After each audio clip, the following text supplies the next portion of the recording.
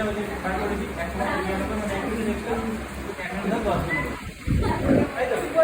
এটা যদি সত্যি না হয় তাহলে আমাকে এই ক্যালকুলেশনটা করতে হবে। তাই কী ক্যালকুলেশন করছি যে আমার 99 পর্যন্ত কত টাকা হয়েছে, তারপরে কত বেশি হয়েছে তার জন্যে আমি কত টাকা এক্সট্রা চার্জ করছি। আর যদি এটা ছোটো হতো, যদি এইটা 99তে ছোটো, তাহলে কী হতো, যত টাকা তার সাথে এইটা গুণ করে দিবা, হ্যাঁ কি না? ছোটো হলে এইটা এটা কী করেছে, এইটার সাথে 5 গুণ 5 টাকা করে হতো, কম হতো। আর যদি বেশি হয় 5 টাকা করে হবে না।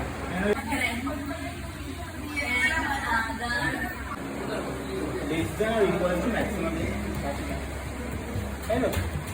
এটা আমাকে চেক করতে হবে। কেন চেক করছি? এটা ওই ম্যাক্সিমামতে বড়টা ছোটো কেন চেক করছি?